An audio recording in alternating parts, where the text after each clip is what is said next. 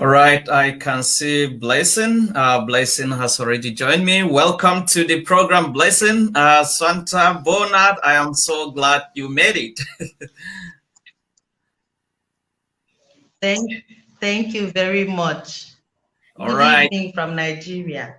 Yeah, good evening. Thank you so much for joining this program. It is going to be an exciting conversation. So without further ado, I will go ahead and introduce my guest for today. As you can see her, this beautiful lady, her name is Swanta Blessing Bonat. Swanta is the Executive Director of Community Outreach for Educational Change. She is popularly known as Teacher Swanta, and she is an educator with special interest in children development. She loves children and has been dedicated to the cause of ensuring that children acquire quality education, particularly children from rural areas. Prior to Community Outreach for Educational Change, Swanta worked as a hostel administrator at Africa International College in Abuja. Armed with a Bachelor of Arts degree in education, a master's degree in Christian education, and she is certified with the Teachers Registration Council of Nigeria. Swanta has a vast experience working at all levels of education and school systems. Her career started as a class assistant, after which she rose through the ranks of being a class teacher, house mistress, hostel administrator, school administrator, and now she is a school manager. Swanta has also undergone a series of trainings and workshops which have given her the license to dare the odds in the profession. Her journey to contribute to the education sector in Nigeria and her approach to be the change she sought to see, Swanta resigned her job and left the city of Abuja to pursue active educational evangelism, taking basic education to undeserved and unreached communities.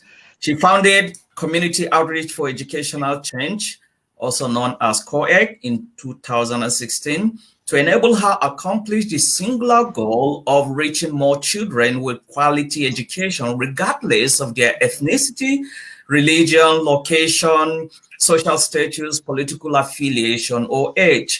Swanta uses her social media platforms to inspire sacrifice and educational activism amongst many of her followers through the detailed narrations of her experiences in the various schools and educational interventions she has been involved with. A journey through her public school experience and head teacher diary series on Facebook will leave you drawn into the plight of the many school children in rural and disadvantaged communities. Through these narrations, many school children in rural communities have been reached. Swanta has gotten many awards in recognition, of course, I will say unsurprisingly, in recognition of her contributions as a teacher and especially as a school leader who worries about the welfare of her staff and students. And also, Swanta had many interviews, and she has also featured on online magazines, educational websites, and social media pages. Swanta also serves on the board of Thinking Cap Literacy Initiative, another NGO whose main goal is to roll back illiteracy among Nigerian children and teenagers using various creative methods. Swanta refers to herself as a nomad teacher, an adventurer, a rural education activist, a change agent, a friend, a mentor, and a humanitarian. You can see that my guest today is actually, she's really loaded with a lot of things. So I am so glad you made it to the program today, Swanta. And yeah, let's start with you have such a huge profile. Let me hear what you want to say about that.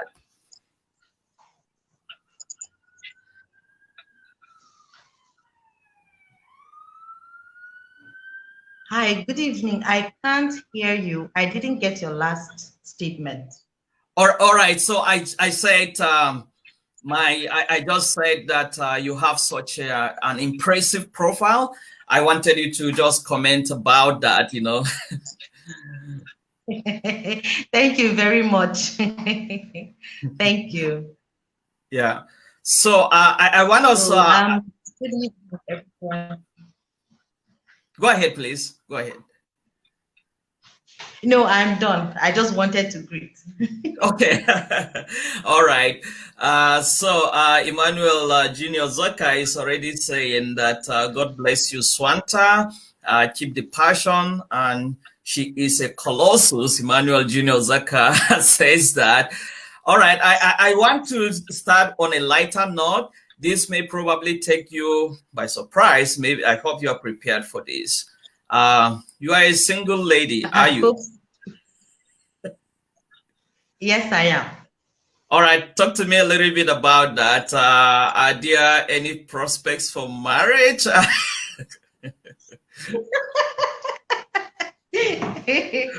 Well, at the moment, I am not currently in a relationship, but uh, I hope that someday I'm going to meet someone, and who knows? I'm open-minded. All right. So, you are open-minded? I will interpret that to mean any single person that is watching here, Swanta is not engaged. Okay, so she's open-minded. It doesn't mean that she can accept anyone, but she's open-minded and she has Mhm. marriage in her prospects. Okay, so if you want to come and date this beautiful girl, feel free to do that. This beautiful lady, but just know that she has this. Don't be intimidated by her profile. She is very simple and down to earth. I can promise you that this is not some kind of advertisement anyway. So just to put the word out there. All right, let's talk about something that is a little bit serious. You started the community outreach for educational change. You are the founder and executive director of this wonderful initiative you started. I want to know, and I am very sure viewers will want to know, how did you come up with this wonderful vision? What were your motivations, or what was your motivation?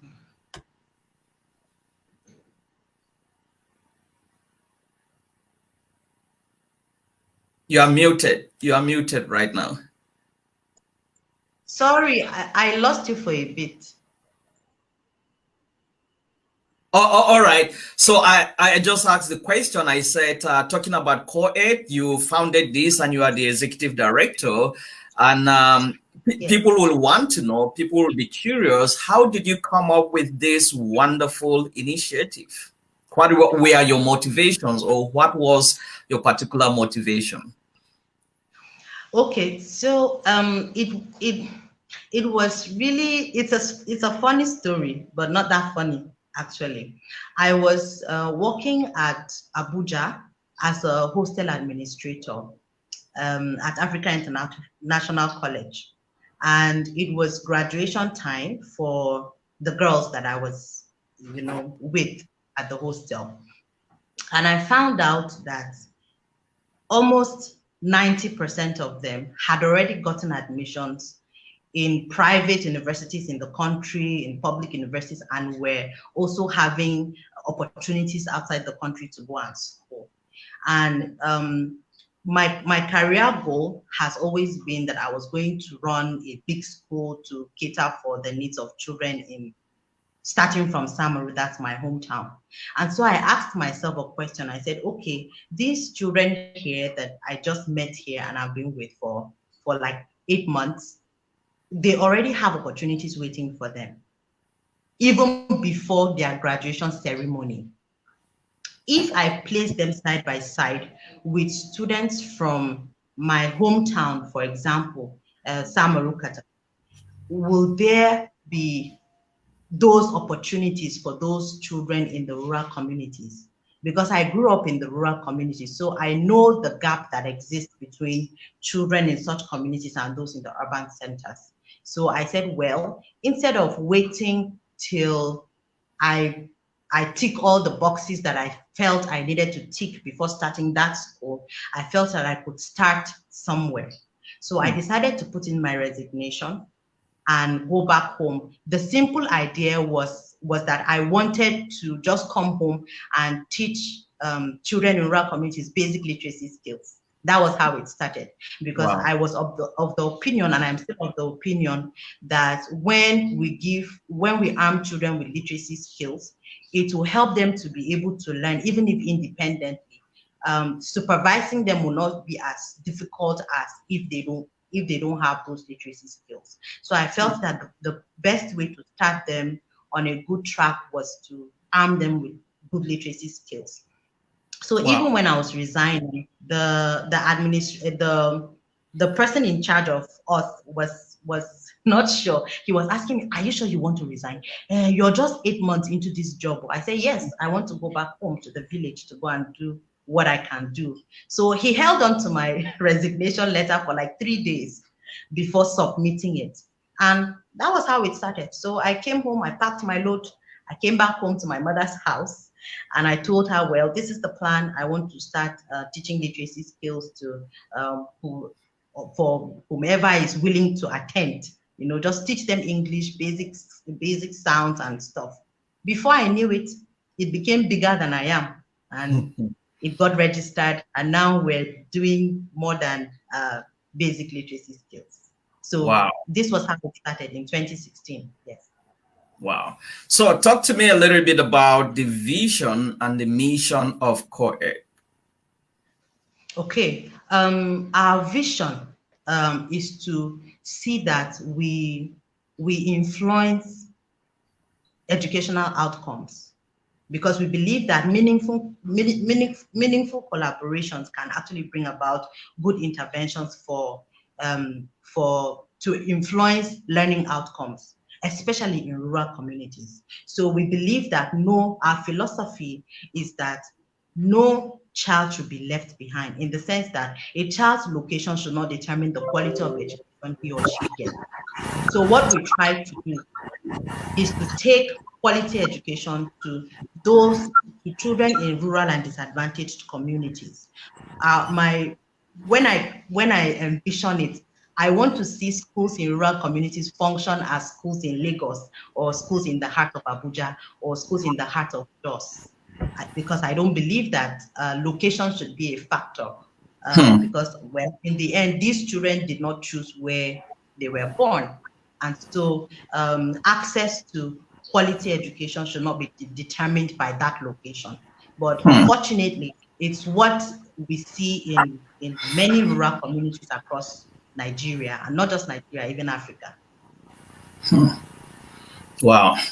That is quite an interesting vision, and especially tell people where is home, because when you say you left Abuja to home, somebody may be thinking, well, maybe home is Lagos. So, where is Okay, home is actually Samaru Katov. It is in Zangon Katov local government area in southern Kaduna. all right? I know exactly where that is. So if you know that where that is, what Blessing did was actually an urban rural migration, so to speak. It was like living the city life and all the lights and everything to go to a place, which is, which for me, it's quite courageous to do. And you were well paid in your former school. For you to resign, it takes courage. I mean, there are a lot of uncertainties and all kinds of things. It takes guts, it takes courage, it takes faith, so to speak, to be able to do that. So tell me, how does COEG, how does it operate? What are your modus operandi? Well, so far for the past few years, we have tried to go to various schools to partner with them to see how we can ensure that their schools function as 21st century schools. What I did initially was when I went back home in 2016, I had gone to the public primary school close to to our house, and I had begged to use their school to teach the English lessons. And I found out that out of about 96 children that had registered, and they were between the ages of 3 and 21, from nursery 1, to SS1, I found out that most of them could not comfortably read. And for the few of them that could read, it was hard for them to comprehend what they were even reading. So instead of even using the curriculum package that I had taken to use on them, I ended up just teaching them basic sounds of the alphabet. So when school resumed, and this happened in August, between August to September. And so when school resumed, I went to the school to discuss with the headmistress, and I found out that they didn't really have an English teacher per se. So I started by volunteering at this public school to teach literacy for grade 1. So I was there for a year, for a session. Then from there, I volunteered my services again at another school, another rural school, to be the school administrator, to also see how I can help the school to function as it should in the 21st century. From there, I also went to Peaceable, that's in Kebbi State, to also partner with the school in also trying to see that we bring up the school. So usually we try to intervene in schools. You know, we discuss with the school owners sometimes, and then sometimes the school administrators, and we try to step in and see what we can do. So far, we've been able to, aside teaching the basic literacy skills, we've been able to beef up hostel facilities. We've tried to renovate classrooms. We've tried to provide educational learning resources for students. And then we also do a yearly conference for teachers. We call it the Teachers Meet. There, we have teachers come from various rural schools. So far, I think we have interacted with over 100 schools. We have them for 3 days, and then we have resource persons come, and it's usually free except for last year. So we have resource persons come to talk to them on various issues that I noticed were lacking in the various schools that I interacted with in the rural community. So we talked to them about classroom management, teaching ethics, and all those things that they need. And then we also have the Teacher Development Forum. It's a platform where teachers meet every week for at least an hour during the school, and then we also we offer like teacher retraining for them so that they are efficient in their classrooms, because we believe that influencing learning outcomes, the teacher is a key vehicle to that. The quality of the teacher determines the quality at the end of the day of learning at the end of the day. So we also try to focus on training teachers as well so that they are efficient in their classrooms, amongst other things that we do. Wow. We'll still, talk about, I really want us to explore this a lot, because that is like a lot. This is where this is what you do. That is where your passion, your heart is, and you've been doing a lot of things. Let me read you some comments here. Emmanuel Junior Zaka said, I know where he's going. All right. That was, I think, when I was asking you about singleness. But he also said you are making huge sacrifices. And he's also advising you that you need to apply for YALI, Y-A-L-I. I don't know what exactly that is, but I can connect you with Emmanuel Junior Zaka. He's also an educationist, a lecturer, and he does a lot of great things.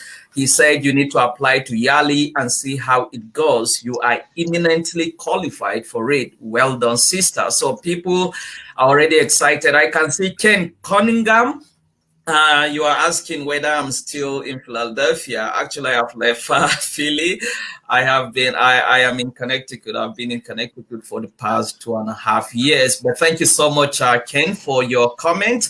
I will be putting a link to CoEd so that you can read more about CoEd. I will be posting the link shortly so that you can go to the website. They have a website that you can read more about the operations, and we'll be talking about. So let's talk about, you do all these things. This is more like faith projects. How do you get fundings for all this?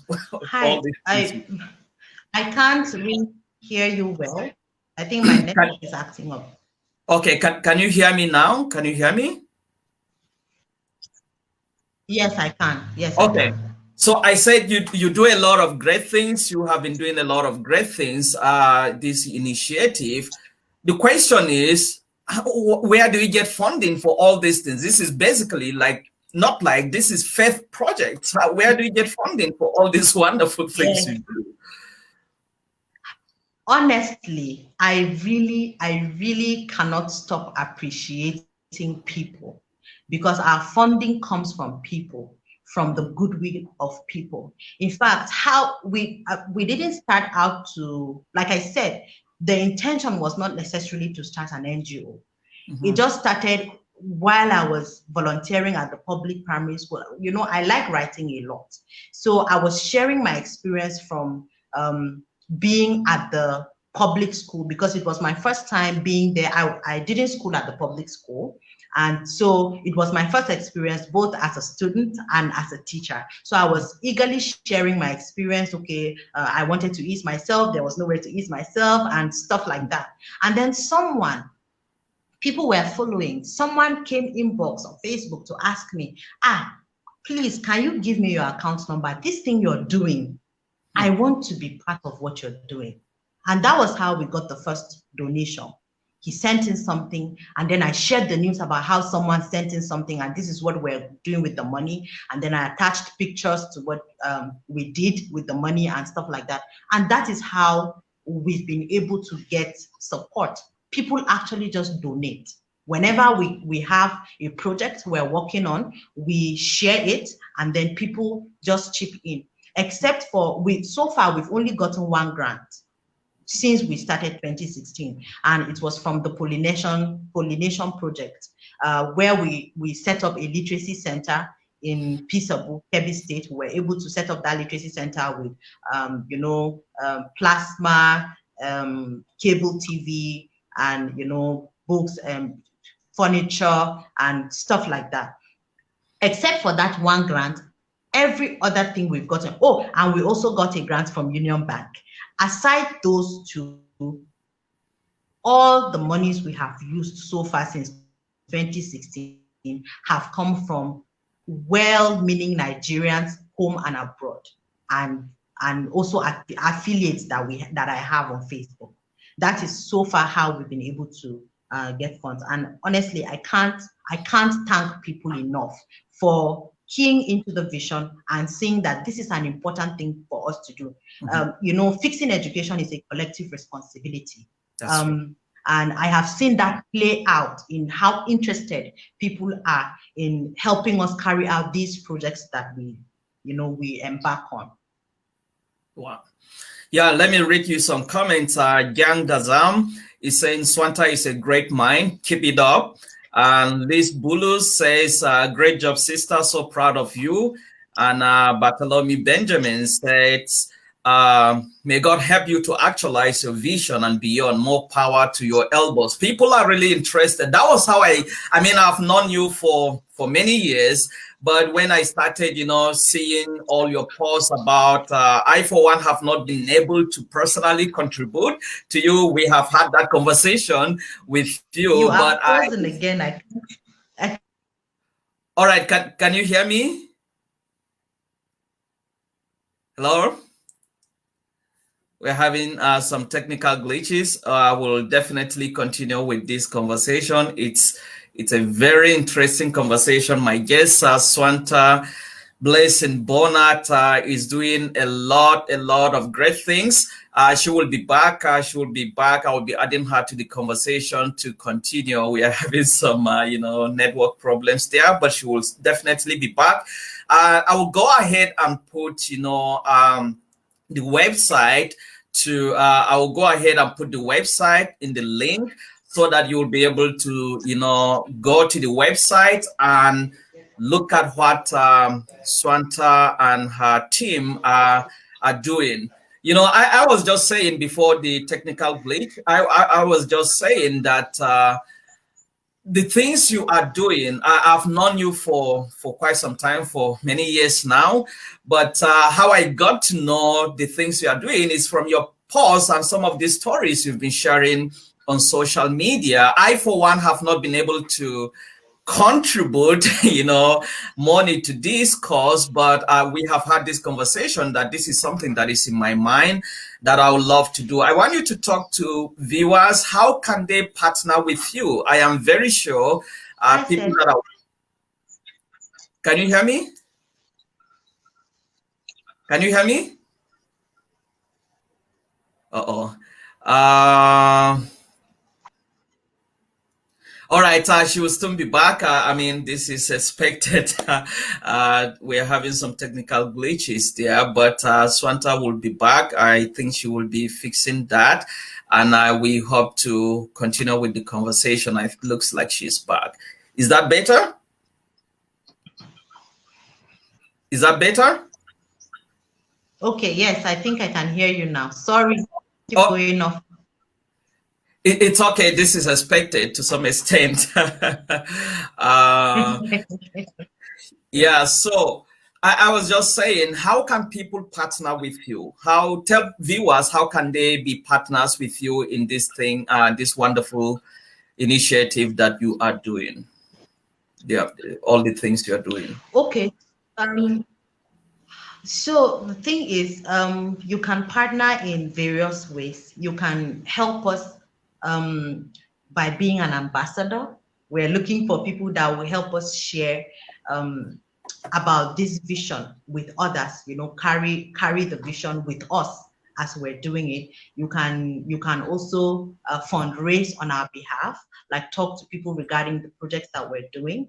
You can also volunteer to help us implement some of the ideas that we're trying to implement. And then you can also give.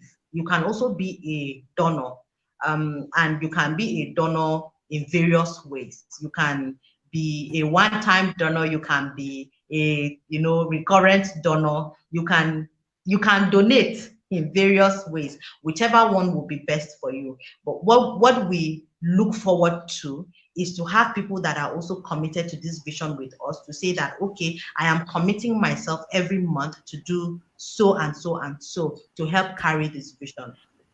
I see myself as your representative. I see myself as your hands and your legs, because I believe that we all cannot go everywhere.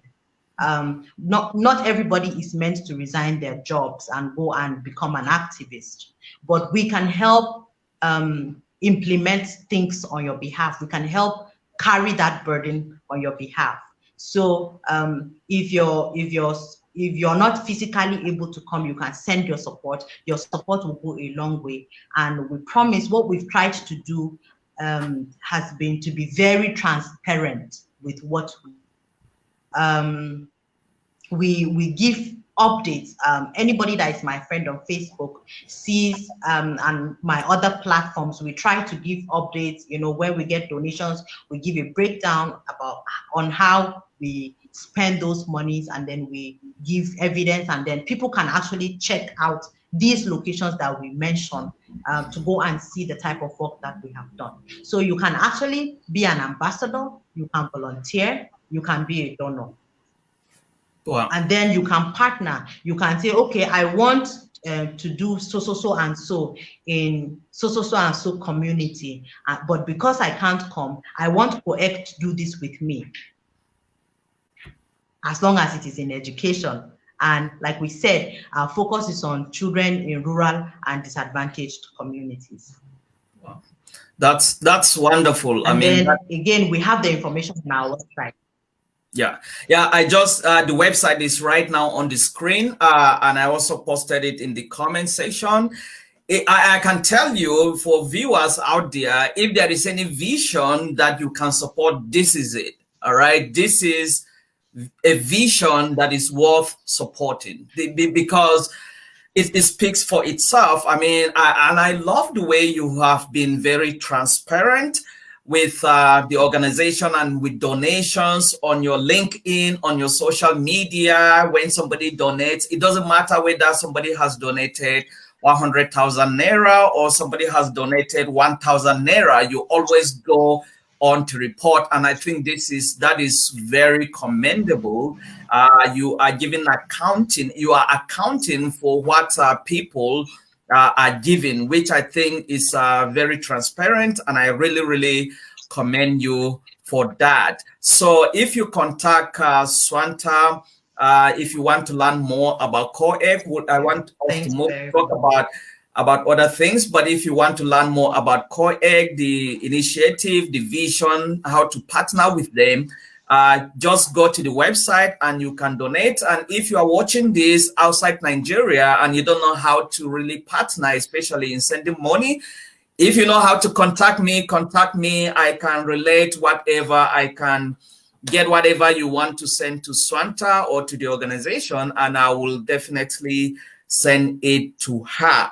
Okay, so I want us to move to talk about other things, specifically the school projects.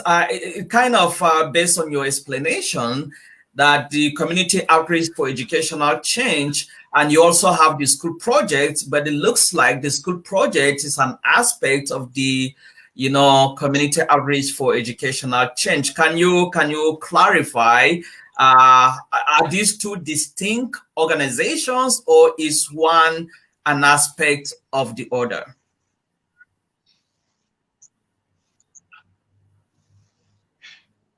Okay. Thank you very much. Like I mentioned earlier, my ultimate goal has always been to set up a school. When I found my calling in education, I saw a vision of what I wanted to use my teaching career to accomplish. And I have always wanted to touch lives. And I had said before now that I was going to wait until I get a PhD, until some of the boxes that I want ticked are ticked before I start that big school.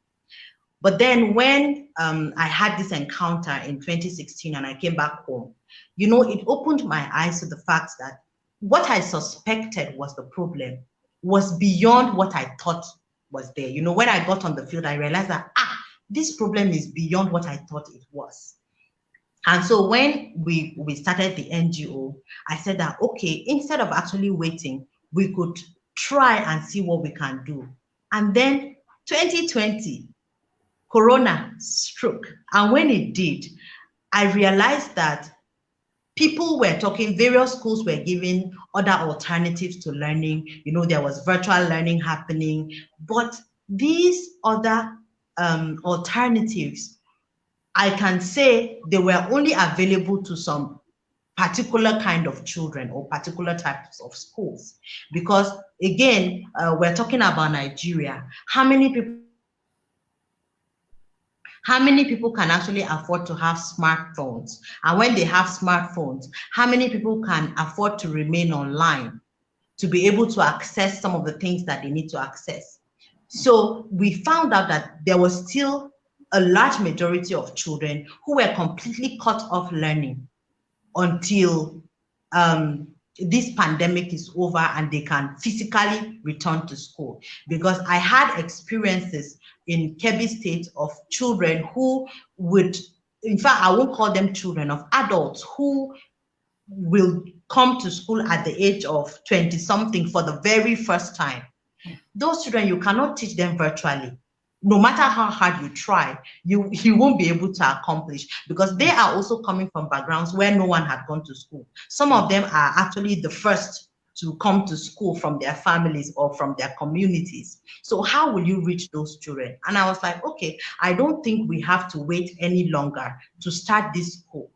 We can actually work on starting this school. But what will make the difference is that this school will actually, we will try, our desire is to see that we have other alternatives of learning aside the physical distance.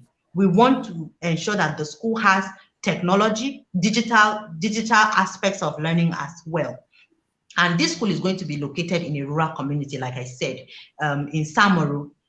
It is not different from COEG. It is a project under COEG. Like we said, we have various projects that COEG does. It is also our way of ensuring that we reach out to more children in rural communities. But this time, instead of partnering with other schools, we want to actually see that we start this school so that we will implement most of the models that we're thinking could work in rural communities in bridging the gap for children in such communities. So our desire is to set up that school and make it at least in line with 21st century demands and best practices, so that it meets the need of the learner. And our desire is to see that our learners become global citizens. We want to see a situation where children will leave that school and they will be able to function anywhere they find themselves in the world. Because we believe that we are one, it's a global village. So I should be able to leave my village in Samaru and be able to function in the US or be able to function anywhere. So we want to see how we can empower them.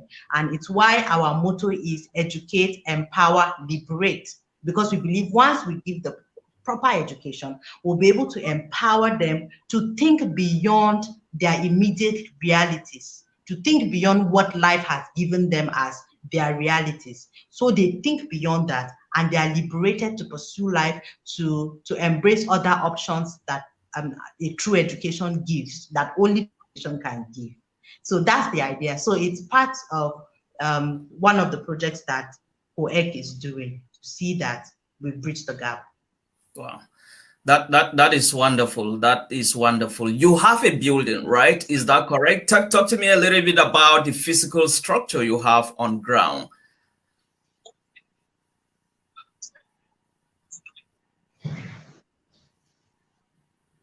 I didn't get you. All right. So I said you have some physical structure on ground. You have like a building. Talk to me a little bit about some of the physical structures that you have on ground. Sorry, said. All right. So I said, talk to me a little bit about some of the physical structures. I didn't get you. All right, we are having some technical glitches. Let me try one more time. I said, talk to me a little bit about, all right, she will be coming back. Sometimes that's the best way to do it. She will be coming back. I will be adding her as soon as I see her, but I will encourage you to keep the comments coming. This has been a very interesting conversation, and just keep the comments coming. I can see David Tanko saying, great job. Thank you, David. I can see Mwat Dominic saying, proud of your effort. Keep it going, or keep going. Thank you so much for your comments. Keep the comments coming. You can encourage Swanta. You can ask questions at any point of this discussion. Can you hear me now?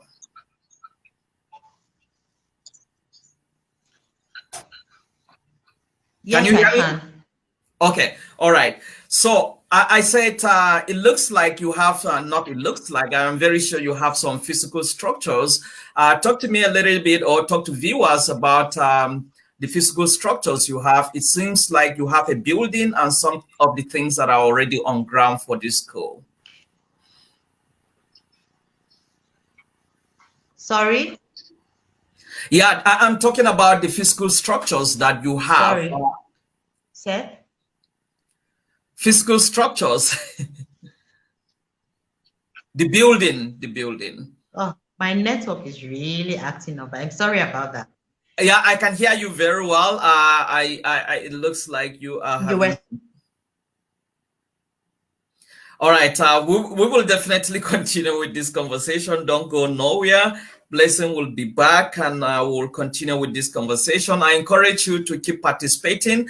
I encourage you to contribute even as this discussion progresses. I was asking the question about physical structures. You have a building. I wanted you to talk about that. Okay, so we currently have a block of 6 rooms that it was a school. It was used as a school before, but then it is now in our care.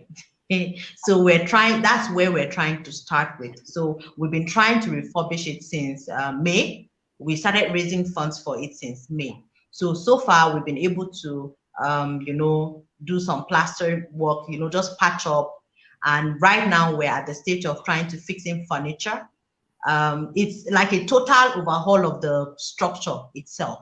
We want to ensure that it is fit for learners to come and learn, and for teachers. We just want it to be a conducive atmosphere for learning. So it is a block of 6 rooms that is available for us to use to start the school that we intend to start by January, God willing. Did you buy that? No. It was given to us free. Wow. So what are you working with a budget? How much are you working with? What's the budget for the completion of this project? Okay, we started with a budget of 10 million naira, and that is because the structure had been there for a while without anything happening. So it really had some structural issues that needed to be corrected. And then aside that, we needed to provide water, we needed to provide toilets, we need to do perimeter fencing, we need learning resources, we need classroom furniture. And ideally, when you're starting a school, you are also supposed to think of at least salary for at least 3 months, the first 3 months of operation. So it's why we have 10 million naira as our budget. So far, we've been able to raise about 1 point something million. So we still have 9 point something million to raise. We still have 8 point something million to raise naira. Okay. Wow. And you have a bank account that people can directly send money to you, right?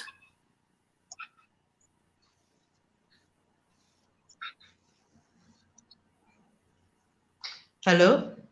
Yeah, I was just asking, I said you have a bank account that people can directly send you money, right, to the organization? Yes. We have various bank accounts. Okay. For this project, for the school project specifically, we have an account designated for it. Then we have another account for every other thing concerning the NGO. The monies do not come to our personal accounts. We have accounts designated for these projects. All right. I will be putting the account number in the comment section. Probably after the program, I will get that from you. I have seen them online. I will try to put that in the comment section so that anyone that wants to. And then we. Go ahead. And then we also have a GoFundMe. Okay. We also have. Hi, Seth. Can you hear me? Yes, sure. I can hear you. I said we also have a GoFundMe account specifically for the school project. That's for those that might find it difficult to send their donations to our bank accounts. We have a GoFundMe for that, set up for that. And that is that takes any currency. Is that correct? The GoFundMe account?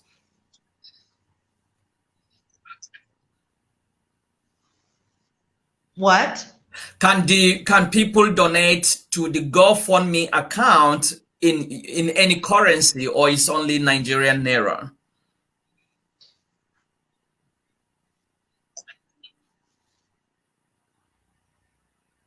All right, she will be back, I believe.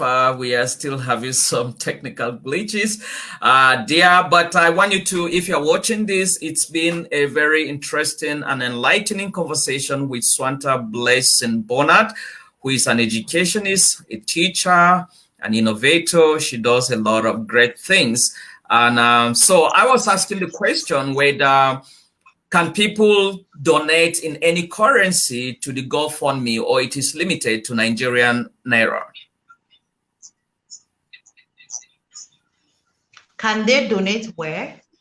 To GoFundMe using any currency, or it is limited? Yes, they can. They can donate to GoFundMe. In any currency?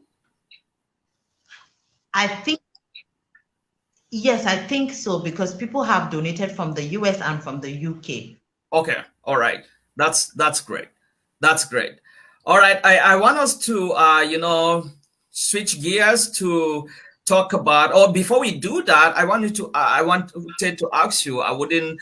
ask you, we wouldn't have this conversation without me asking you about challenges. Anybody that is involved in such a wonderful initiative, there are always challenges. What have been the challenges for you?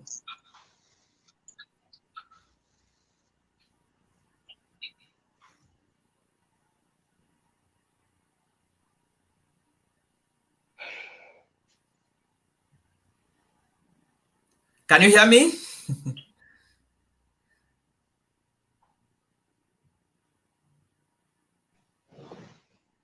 All right, can you hear me now?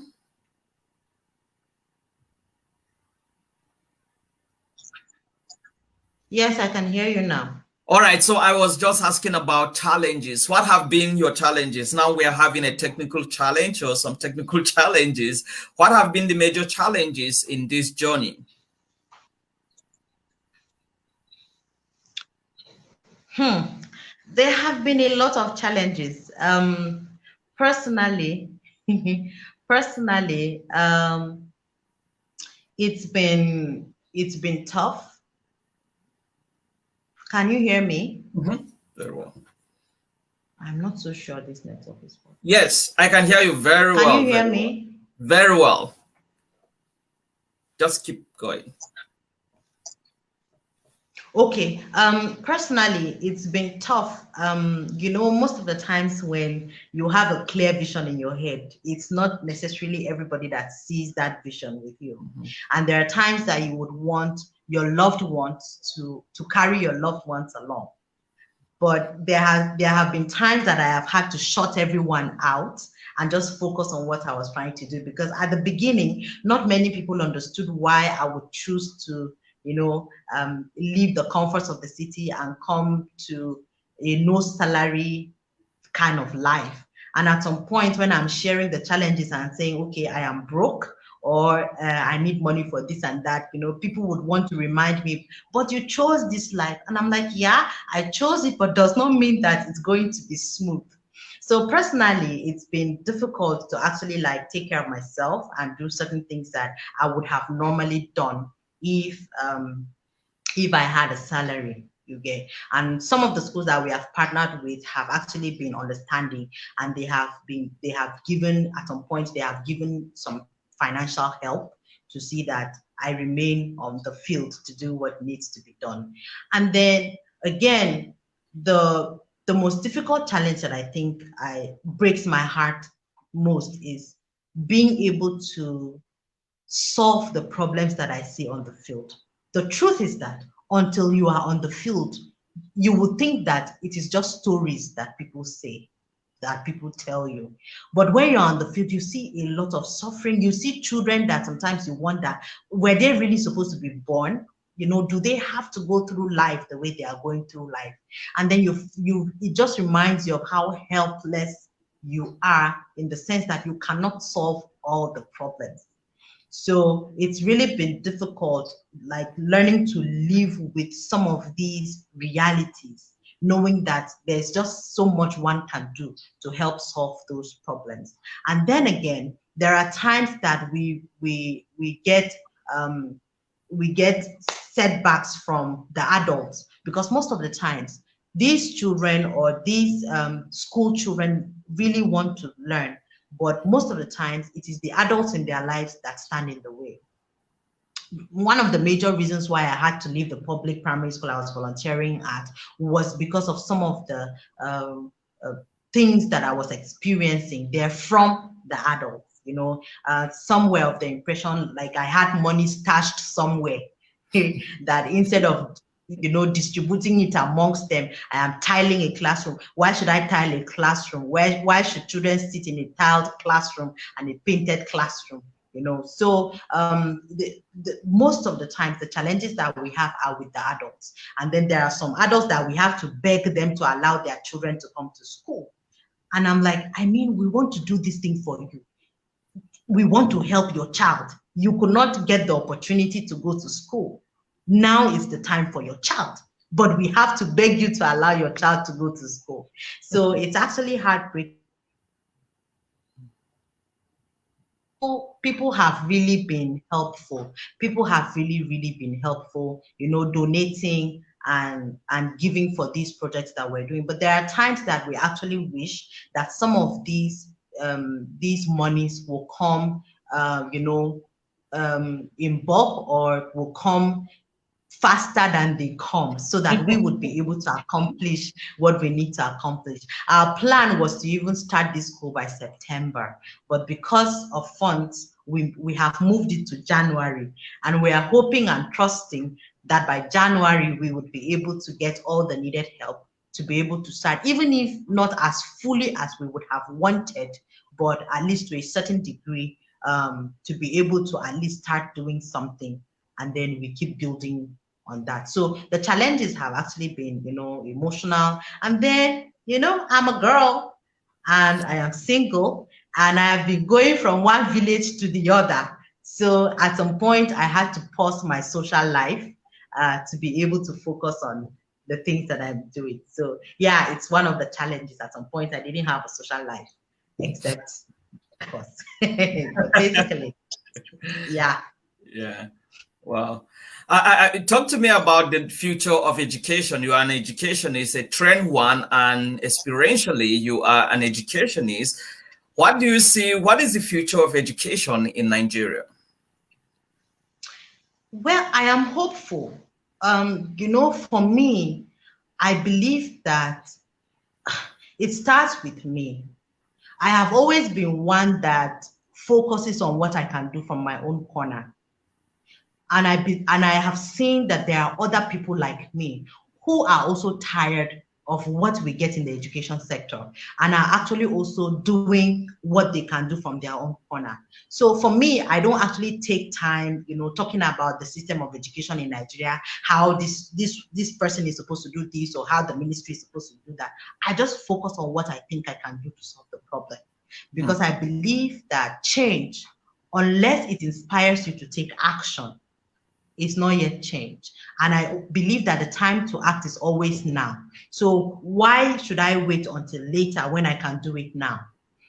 So I am hopeful that things will be different. At least, if not for anything, the pandemic has forced many schools to upgrade their systems. We have been a nation that has been stuck in, outdated educational systems. When we need to upgrade, we don't upgrade, and then we keep giving the same thing and expecting different results. But at least the pandemic is forcing people to think of other options, other alternatives, as to, okay, how can we make education work better? What can we do?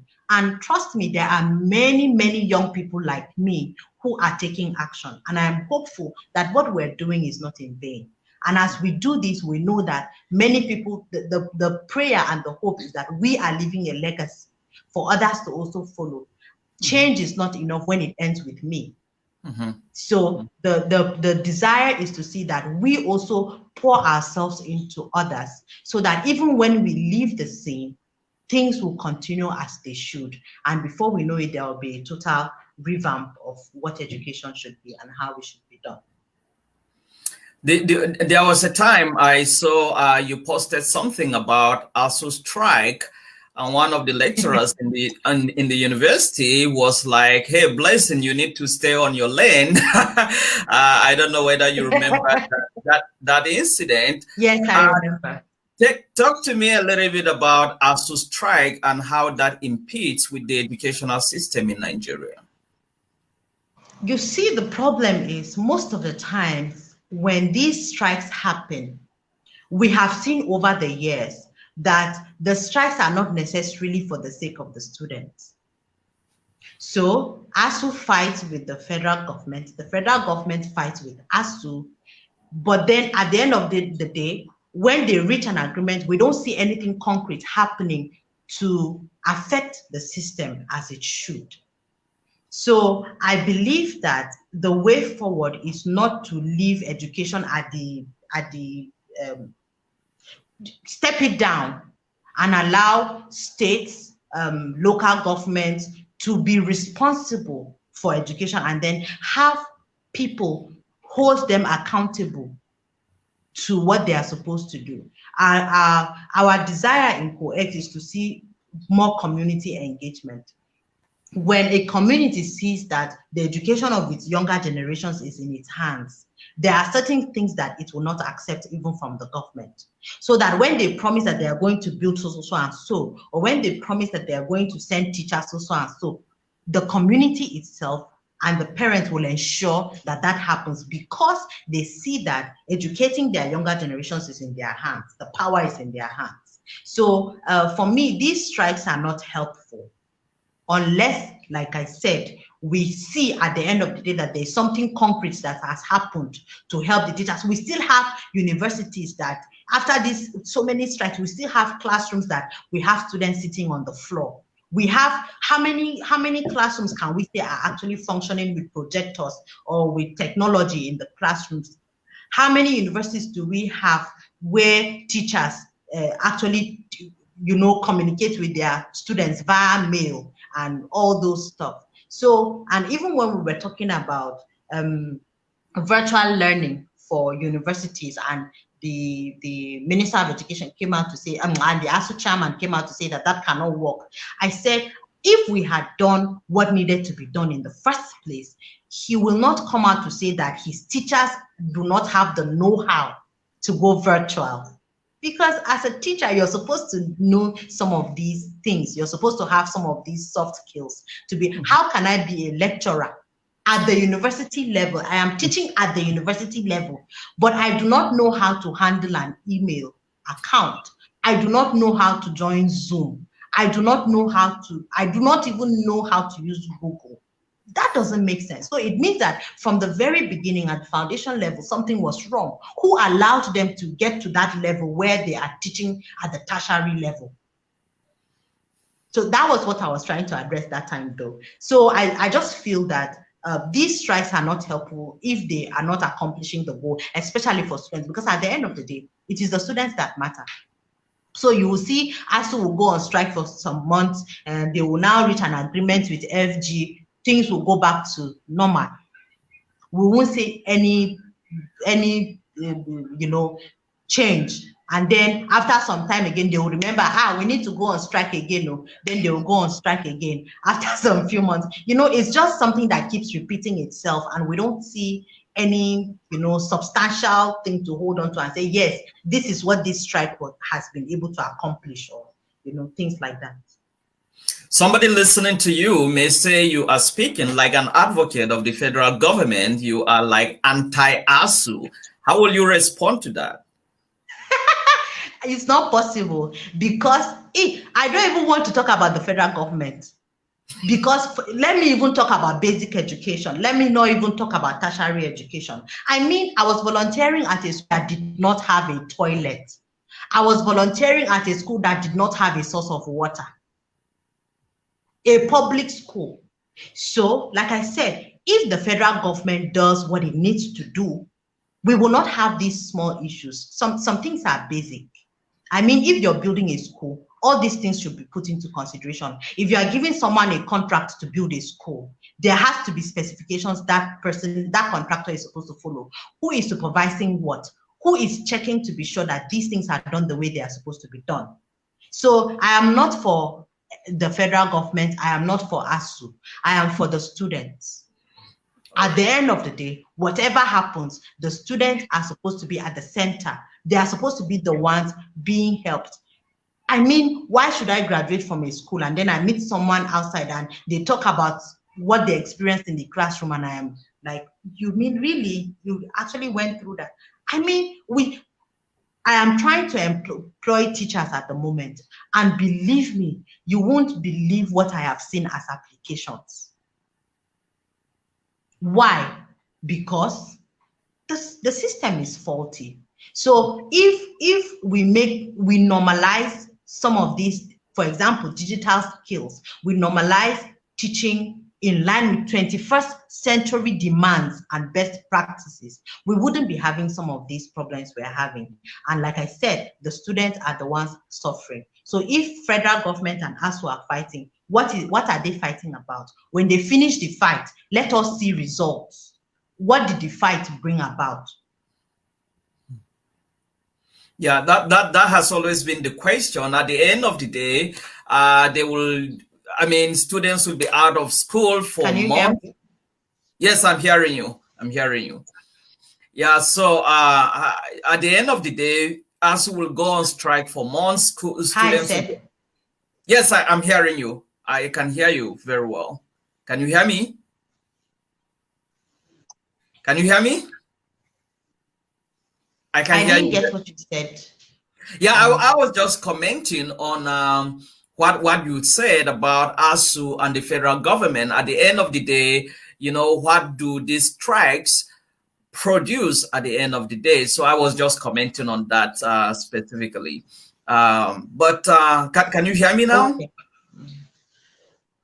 Can you hear me now?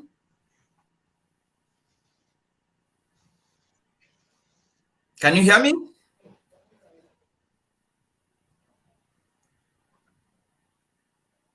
Can you hear me?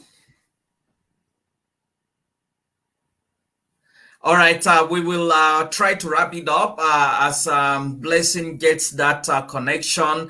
As she gets that, we'll try to wrap it up. I want us to talk about, the youth in Nigeria, and specifically, I want to hear her views about the NSAS movement. I have heard her views, or she has given her comments or thoughts about the ASU strike. I'll be bringing her, she'll be coming back, and I will kind of wrap it up by talking about the NSAS movement. And in case you have any question at this point for Blessing, I encourage you to go ahead and ask your question, because in a couple of minutes, we'll be ramping it up. Can you hear me now? Hi, Swanta, can you hear me?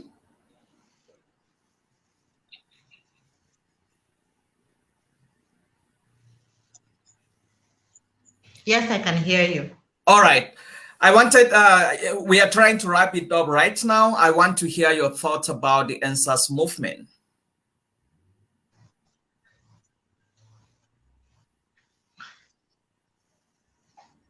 Sorry. Yeah, I want to hear your thoughts about the NSAS movement.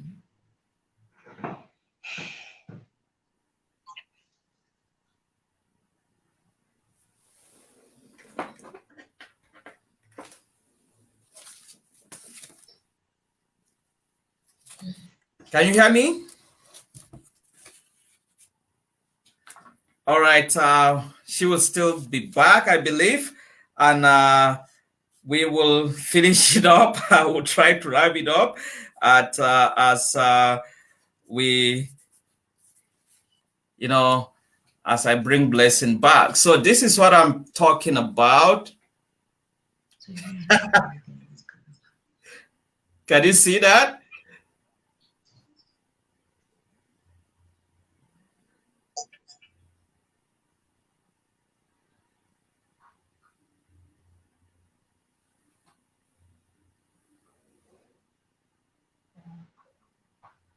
I know this is funny. This is weird. Your screen is frozen. I think it's my network. Oh, is it? I can't hear you. All right. Yeah, so I was just trying to ask you to hear your comments about the NSAS movement before we wrap it up. I usually do that with all my guests. I am seeing NSAS. I am seeing NSAS on the screen. Ask that. Respond to that. All right. Thank you, viewers, for being part of this program. I will still give Blessing one more chance. If she can, let me just send her a private comment so that she can.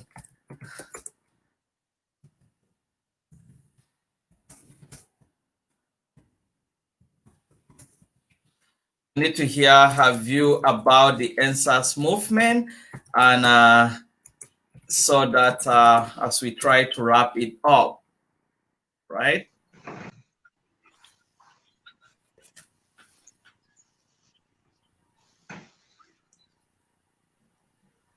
Can you hear me now?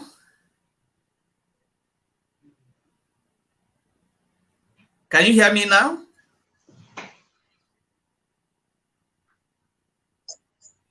Yes, I can hear you. All right, just your thoughts about the NSAS movement.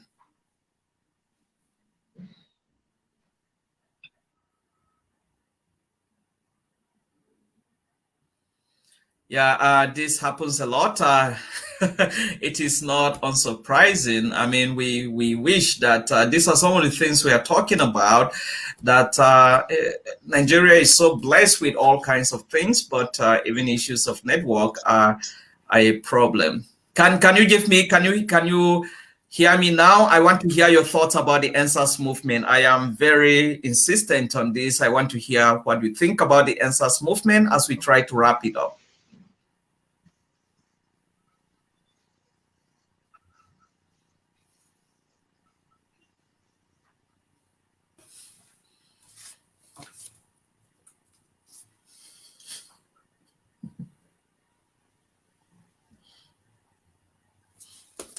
If you can see that, I know I can see Father I am Omachi. seeing end stars, but I don't know what the question is. I don't know what the comment.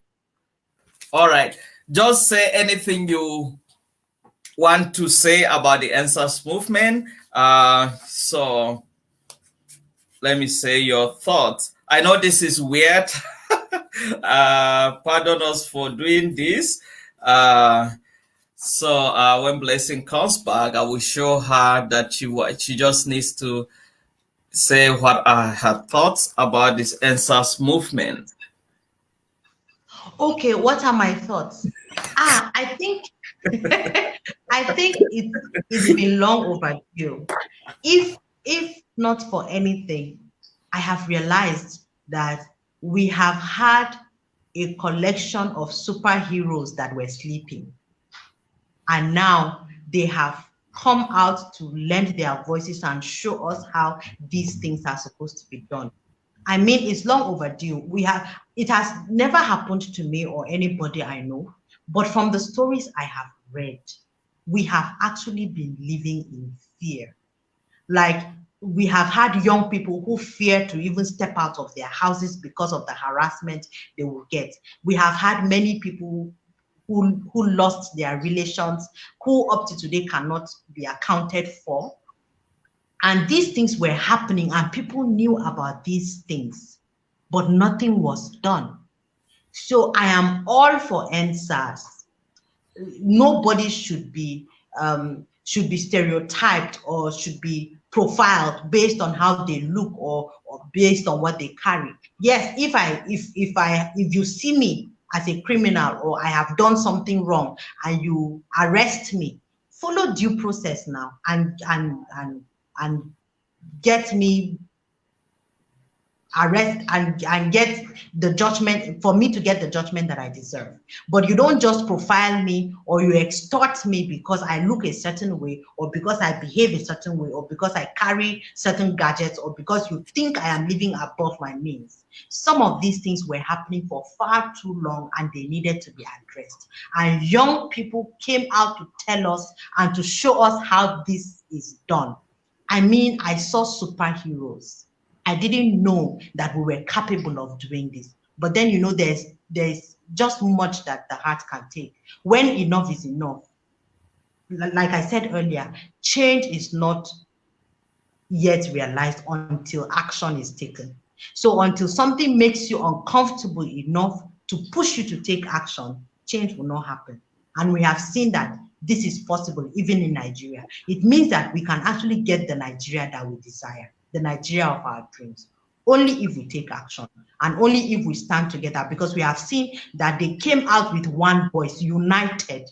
Mm-hmm. No matter what people tried to throw at them, to push at them, they stood to show that, yes, we matter, our voices matter, our lives matter. We are here to say that, yes, we have a right to live. In our own country, we should not fear now. Why should I be in my own house and be afraid? It's the same. So insecurity has been a problem, not just with police brutality or with SARS doing whatever it was doing. In the North, there are certain things that right now I cannot stand here. There are certain things that I cannot stand up and do in public because I am afraid. I don't know who is watching. I don't know who would want to come and harm me simply because I am from Southern Kaduna, or simply because I am from the north. Or when I'm traveling, I have to calculate how I'm going to travel, when I'm going to travel, and how I'm going to travel, simply because I am in the north. So these things have been happening for a while, and someone needed to say something about it. And young people came out to say, yes, see, we are not ignorant of what is happening. Yes, we are not lazy youth like someone claims that we are. We are active. We know what we want. We know what we deserve. We know what our fundamental human rights are. You cannot keep trampling on them and expect that we just sit down and accept it. Our parents went through it. They also held various protests in the past, but then the government had a way of shutting them down, you know, and so it's not a new thing. And we have seen with current events that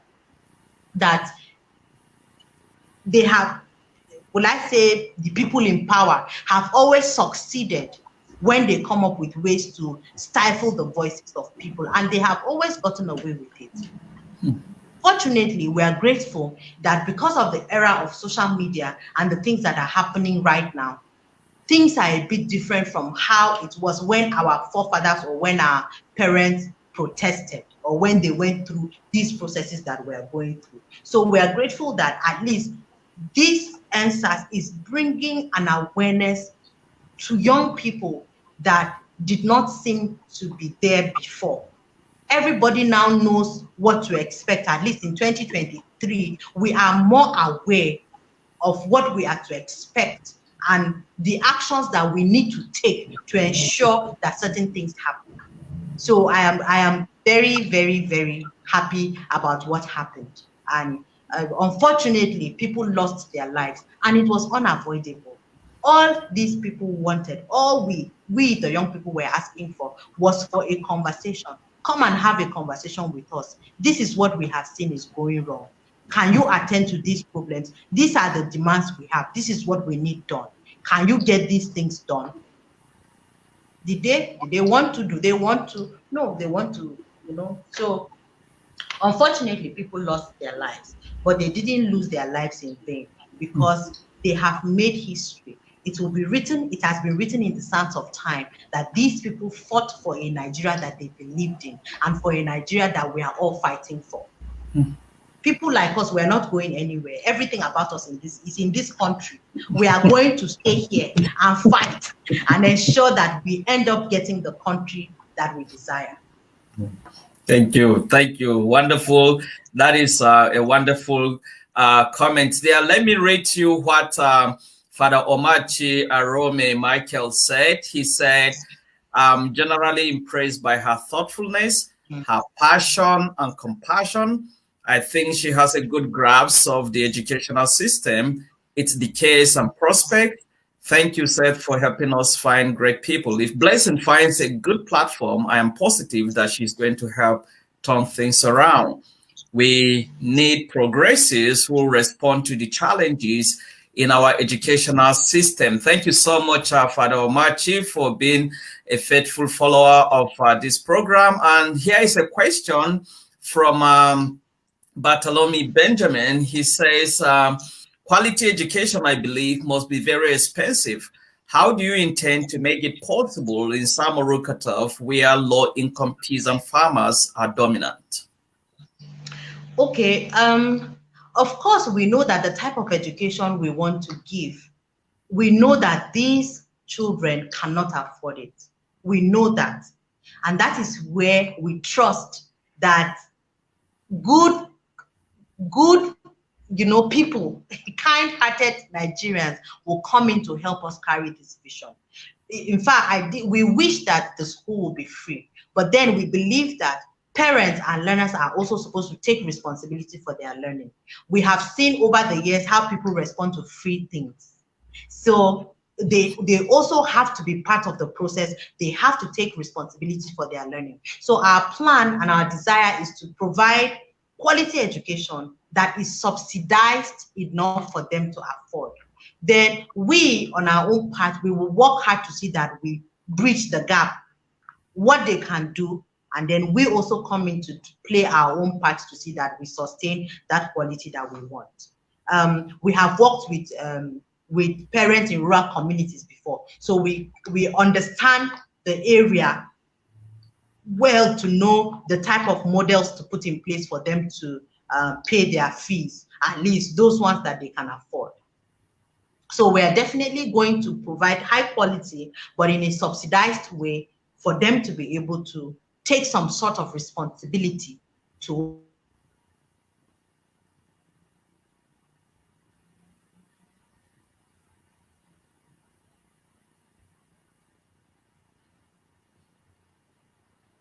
All right, it's been a very interesting conversation. Blessing was just responding to the question by Bartholomew Benjamin. Thank you so much for asking that question.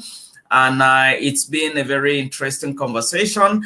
If Blessing is able to reconnect, then we will try to wrap things up. I will give her the final words, even as we try to wrap things up. But I want to thank all you viewers for participating actively in this conversation. And as I usually say, the conversation becomes very interesting when we participate. So thank you so much for all of you that, contributed and what have you. Can you hear me, Blessing?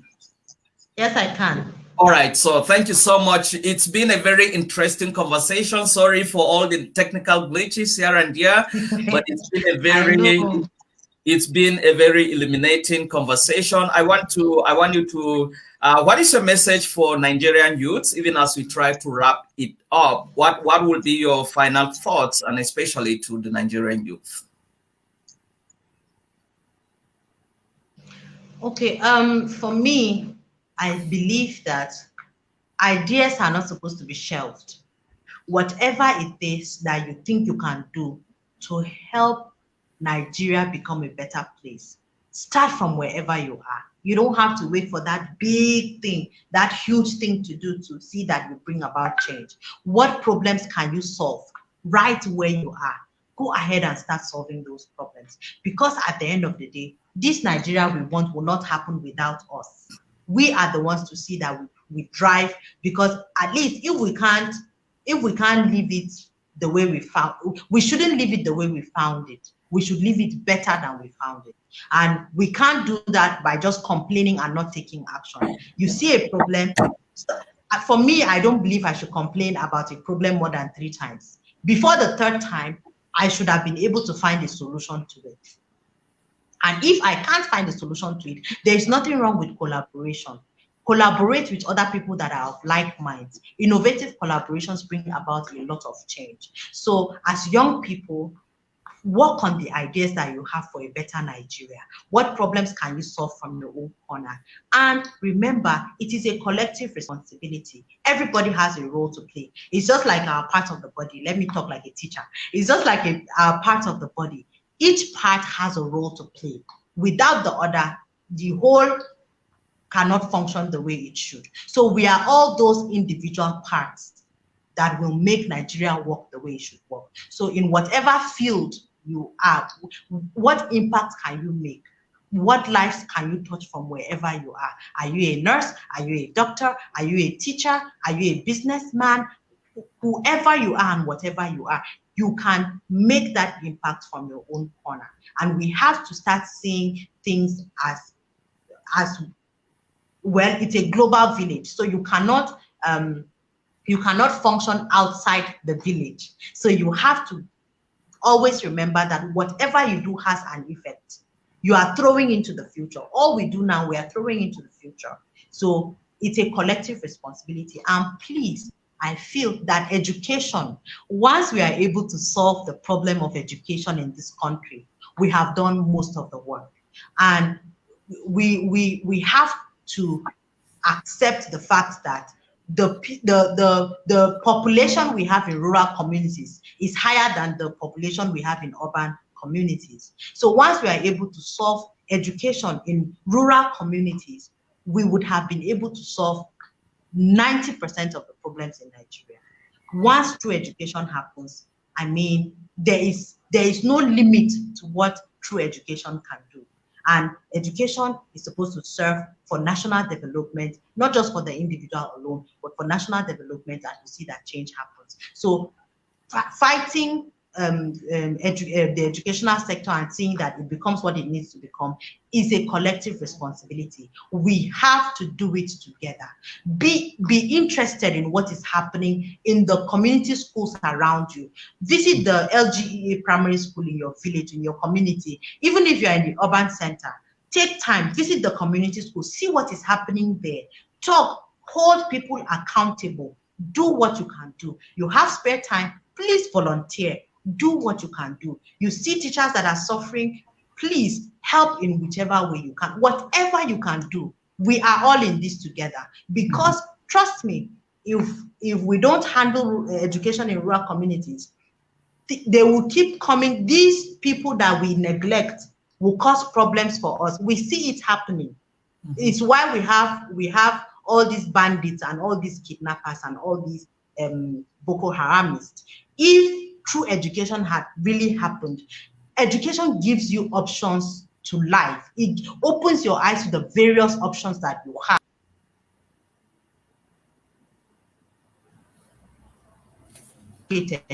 You would find ways to solve your problems without harming other people. So please, let's join hands together. Fixing education is a collective responsibility. Please, let's do it together. Start from wherever you are. Be the change you want to see. Be the change you want to see wherever you are. Be that light. Be that change.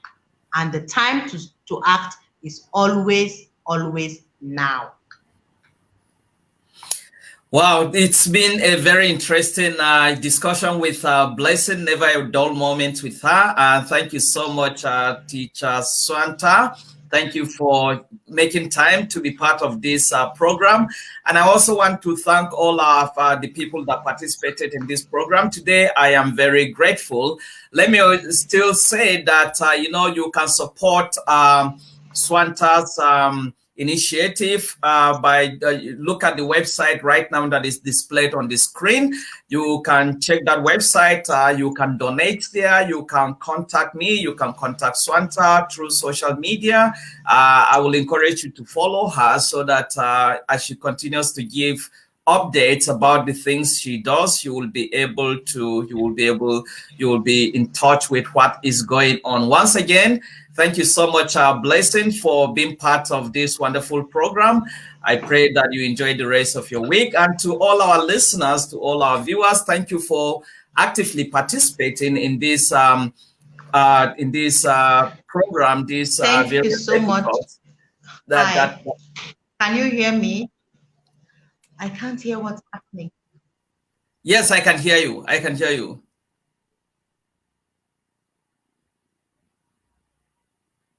All right, so we'll talk with Blessing later, but thank you so much, all of you, for contributing, for actively participating. Remember, I do this every Saturday and Sunday, so I will be bringing another guest on Saturday, 7 p.m. Nigerian time, and also Sunday, 7 p.m. Nigerian time, if you're watching from the Eastern Coast here in the United States.